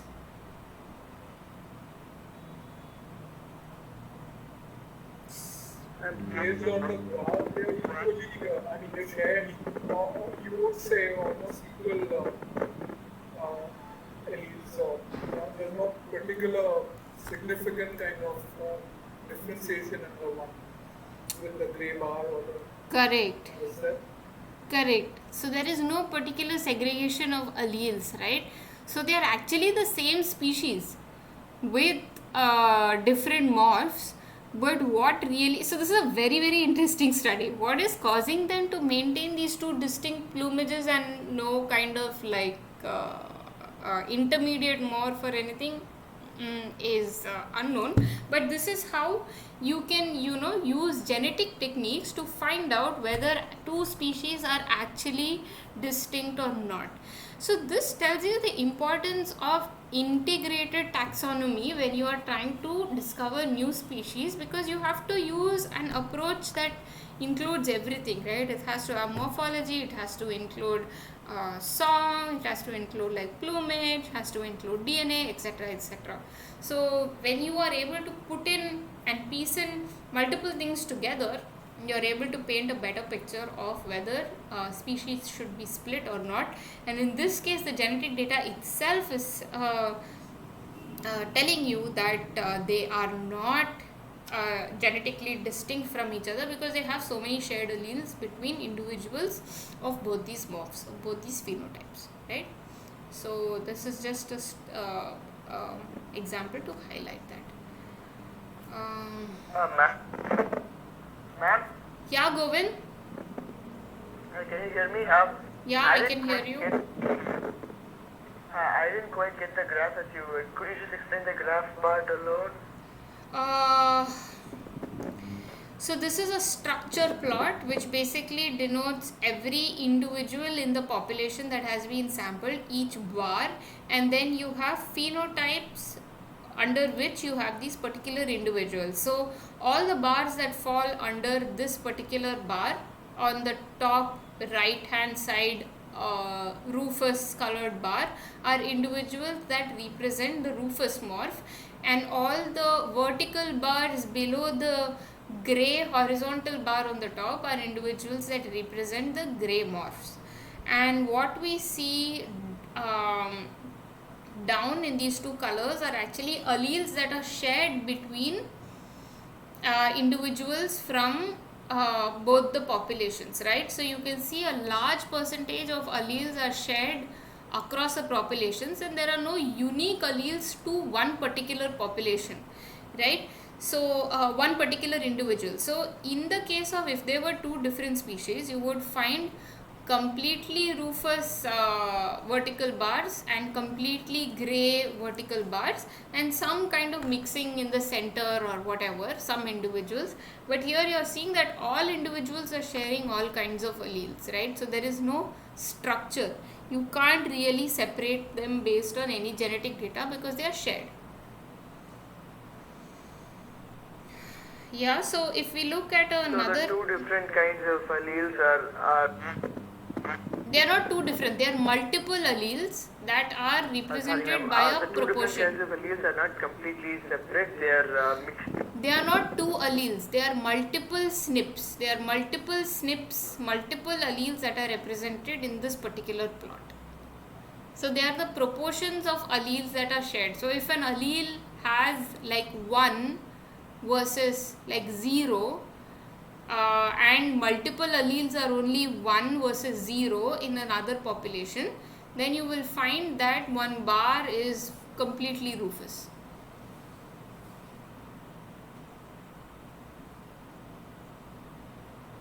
Okay, so maybe like the next diagram might let you give a little bit better explanation. So here they were looking at moult time and moult plumages of birds from different populations of this particular species, and when they made a structure plot, what they saw was that, so if you see this population, which is BIBE in this particular region, is completely represented by this red bars on the top left hand corner, which is representative of that population, right? Alleles in that population. And there are some red amounts of red bars that are present in other populations, but after a point, except for this outlier that is there in the yellow, it just disappears, right? And then you have a new population, new set of alleles that emerge, that start increasing in the population in the center, right, which is broadly denoted by the green color. And then you have the yellows that fill in on the other sites as we move from west to east. And if you see, like, this isolated population which is in blue is quite distinct, except for that one allele, one particular individuals that seems to have some alleles from individuals in the yellow colored population towards the west, right? So this is just to give you like a very cursory idea of how population structure looks like visually. And this is again a PCA, which is a reduced representation of multiple like variables. Out here it's genomic data, we need not get into details of it, but we see that alleles that are shared between individuals of the same population cluster together. So you can here see a blue cluster, a yellow cluster, a green cluster and a red cluster. You don't need to get into details, but this is just to give you a overview of what genetic population structure can look like. Okay, I'm going to move on. Okay, so for paternity analysis using genetic data, it is better and it is good to have what? What is like the most important thing to have out of all these options? The identity of.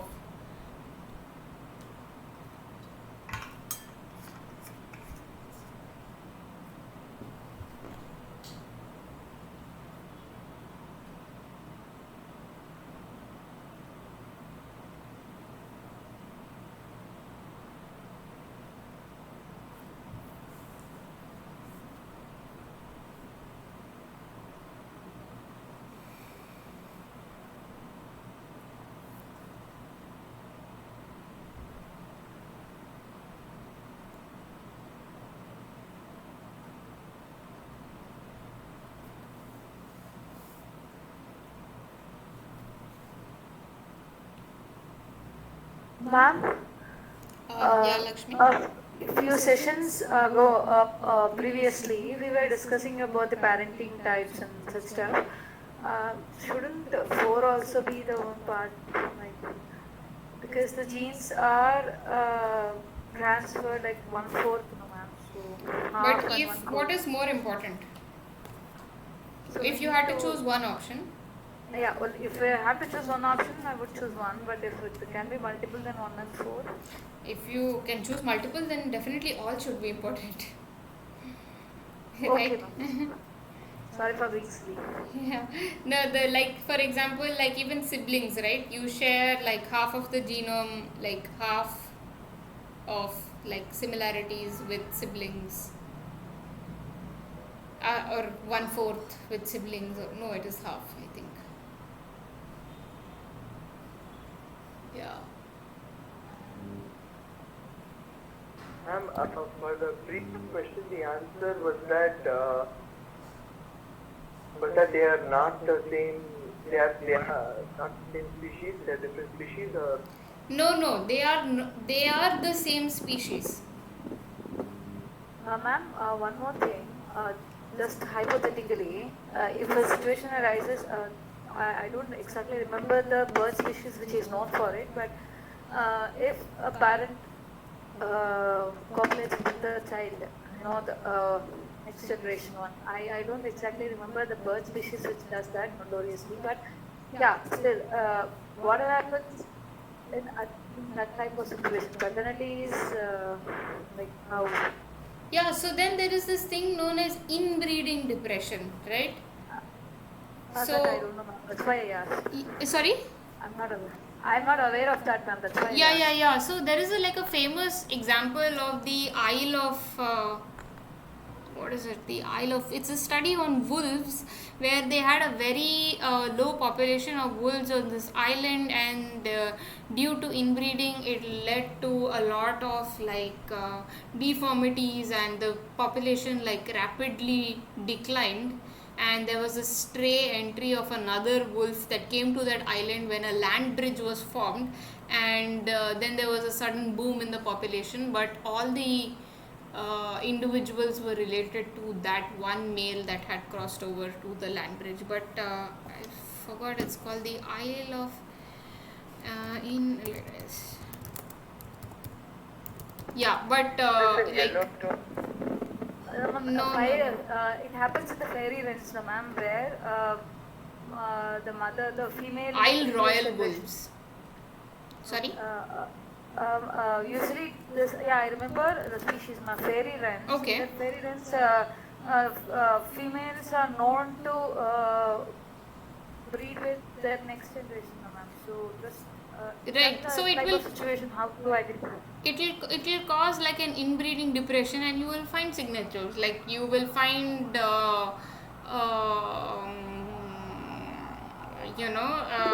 are not really like compatible with each other, and over generation they will produce Ma'am, like if the mother breeds with its own son, then already the gene has been passed. So the whatever the egg it is laying, it will have again the same gene of the mother. No, ma'am. There will be no much kind of Correct. variation. The maternal part will be the same, but then there might be like some mutations that have occurred in the offspring's genome that might cause some kind of variation. But if it is fairly similar, then that is since the genome is like quite stable as well, it results in some genetic defects. Yeah. Okay, ma'am. It is always fascinating for me, ma'am. That's Yeah, why I think you should read this Isle Royal Wolves and Inbreeding Depression because that's a really like famous example of Ma'am? inbreeding. Ma'am, in fairy wrens, if I'm not mistaken, when the pair with sons, there's almost 100% chance of extra pair copulation, right, ma'am? So even though that they are pair bonding, they are not necessarily copulating with each other. Yeah, so I think that was the example with fairy wren. So as Govind mentioned, extra pair copulation is very high when pairs are formed between parent and offspring. Yeah, that's correct. So genetic diversity in the species is maintained because of these extra EPP, extra pair, EPC, extra pair copulations. Yeah. All right. So yes, the correct answer is 1. Yeah. What, Coven? I was thinking of a similar case in terms of parthenogenesis. Have you heard of that, ma'am? Yeah, I don't think. Let's just, since it's the last question, let's just last session. Let's cover as much as we can in the discussion. Parthenogenesis is just like yeah. You can discuss this later. Yeah. Okay.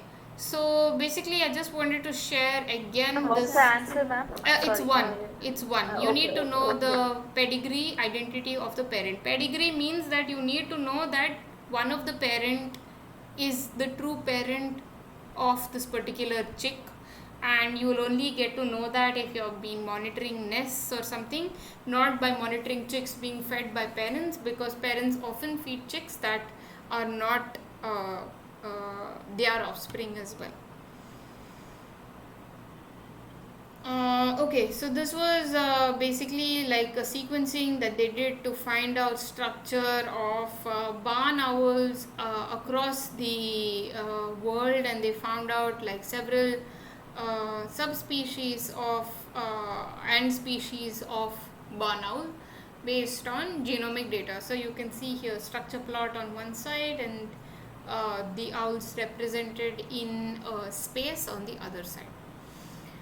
Okay, so moving on to UCEs. What are exactly UCEs? Are they highly variable regions of the genome, highly conserved regions of the genome, targeted regions of the genome used in measuring relatedness, targeted regions of the genome used in next generation sequencing?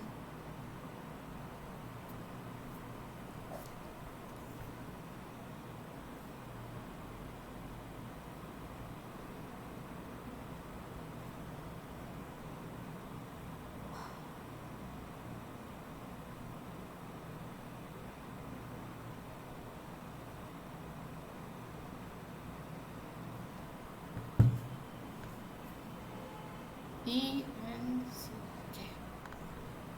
Okay.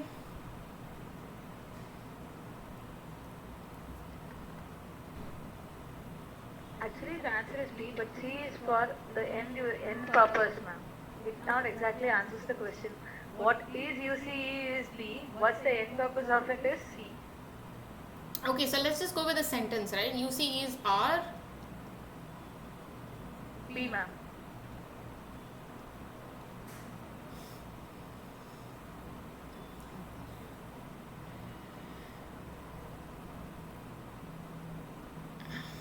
Yeah, so actually everyone was initially correct.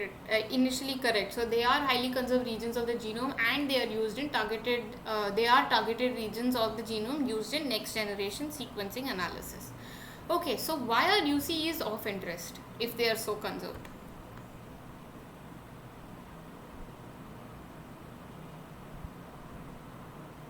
The word is itself in the answer, ma'am. Relatedness, species related to it or new species we can find out because of that, ma'am. Mm, sorry. When it is used as it is highly conserved, if two species have the same thing, it might be related. It easy to have the studies done.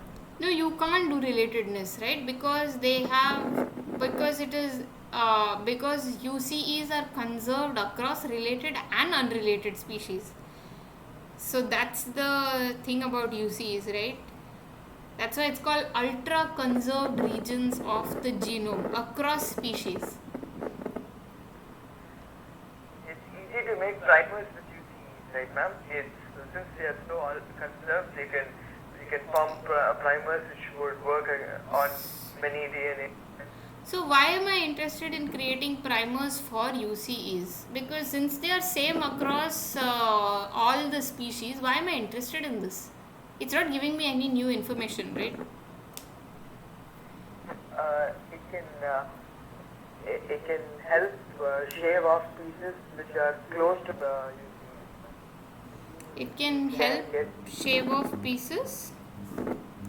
Sorry, not shave off. It can help identify the pieces which are close to the UCEs.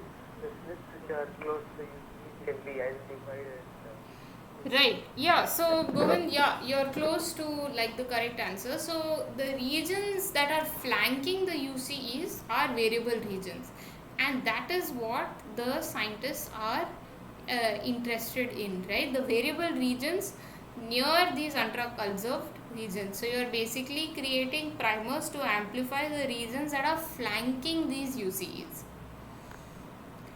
All right. So yeah, that is good. Let's move on to the. This doesn't help in whole genome sequencing studies because UCEs will only target particular regions that are conserved across all the species, right? Only these ultra conserved elements. Whole genome sequences basically sequence the entire genome. So it is going to give you like coding, non-coding, everything. The entire DNA sequence, the entire genome is sequenced. Alright, next question. So how many species of vulture are there in the world?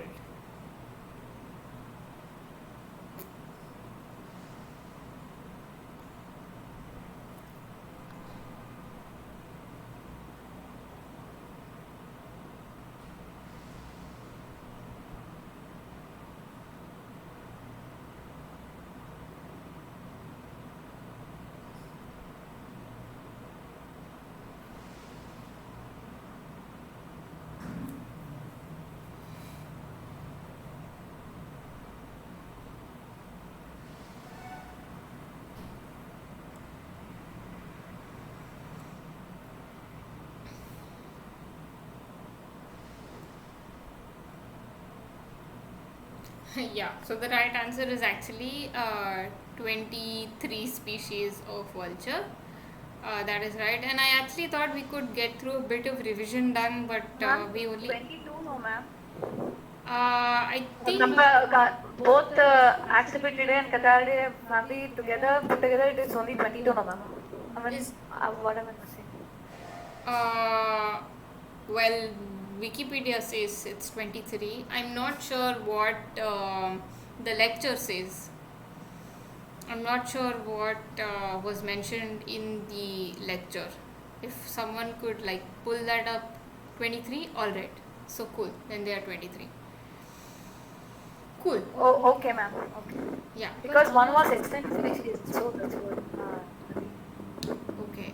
Yeah, maybe you could ask Chris.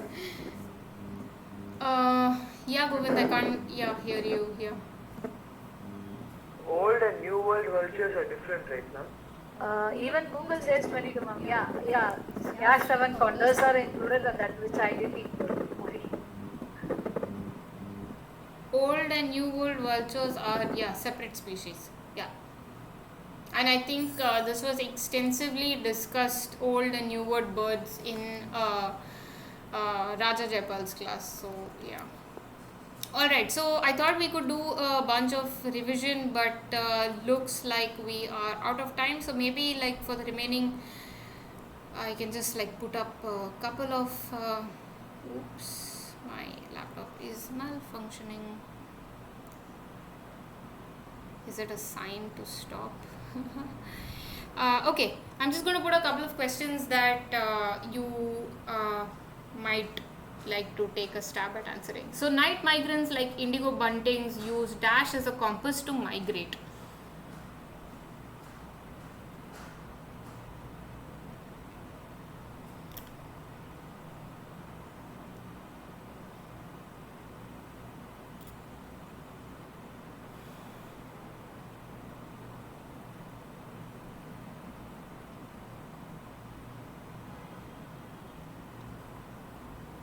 Okay, yeah, that's the correct answer. It is star position, and there was, as Amannath mentions, there is a nice case study where they place these indigo buntings on an ink pad and change the.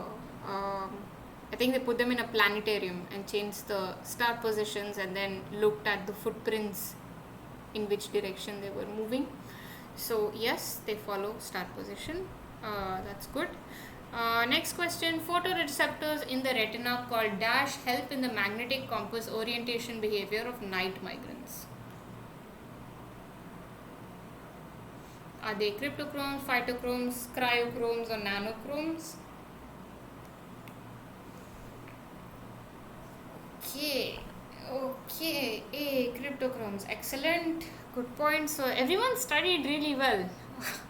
Okay, next question. Tracking transmitters on birds are suitable for birds if they weigh how much % of the bird's body weight? Sorry to say, ma'am, but there are no option of it, ma'am. Oh, okay. 3%, 3% of the body weight, ma'am. There is no 3%. Okay. But 1 to 3%, ma'am. Actually, 3% is the one. Just now I was studying today, that's why. Yeah, I don't think it's 3%. I think it's 1%. Ideally, it should be 1% of the bird's body weight, because if a bird is no, wait, it's not 1%. It's actually 5%. Yeah. So for a 20-gram bird, you can have a one. Ma'am, in the slide it was 3% written, ma'am. Okay. The special guest lecturer came, no, ma'am, Suresh or something, who was a migrant specialist. He, in that, it was, I actually have written it down, it's 3%, ma'am. 3% of the bird's body weight. Below, I'm not equal sure. to or below. I'm not sure if it. Ideally 5%. Yeah, if I'm not mistaken, it should be 5%, because for a bird weight of body gram, 20 grams in weight, you can only use a logger of 1 gram. It should not be more than 1 gram. So it cannot be, yeah, beyond 5% of the body weight. Yeah, so maybe that should be probably the cutoff. Beyond what percent in the question? I think this was one of the quiz questions also. One can Oh, go was back it? and look Okay. what the answer is. Ma'am, even that she said that it has 3%, ma'am. Actually, it's a question also, and it's an answer, correct answer. Oh, it's the okay. And is 5 an option? I don't remember, ma'am. Okay. But, yeah. Cool. Stick to the quiz then. Yeah, 5 was an option if I remember, ma'am. Yeah, sure. So is it one? No. It's actually 1/20th of the body weight. So yeah. As far as what I remember when I was doing some research. But alright, if it's mentioned in the lecture as 3%, you can just stick to that. Okay, I think we are out of time. We can do one more. No, my laptop is hung. Yeah, so okay, should not exceed 3% of its body weight. Sure. Ma'am, does the discussion board is open even after exam, ma'am, or like it will close, ma'am? Sure, I think it is open, if I'm not mistaken. Okay. Yeah. So there is no other session on Friday, no, ma'am? No, there is no other. Well, because your exam is on Friday, isn't it? I think it's on Saturday, ma'am. Oh, actually, Saturday. Saturday? Okay, fine. Okay, cool.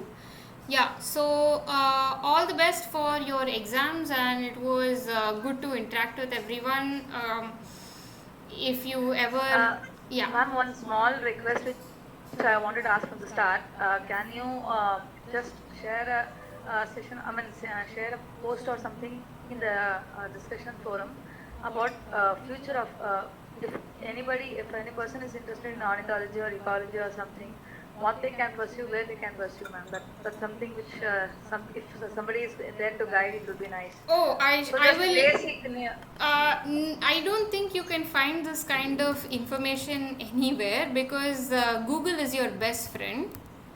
But you can check out this ornithology.in website that has Okay. like a lot of resources, and it covers like a lot of scientists that who have gone into this field from various different fields, what is their trajectory, what they have gone on to do. You are most welcome to browse through that website that has a lot of resources. It's What's the website, ma'am? ornithology.in. I didn't. I'm actually I have weak internet, ma'am. Can you just spell anything? ornithology.in. Yeah, www.ornithology.in. Yeah.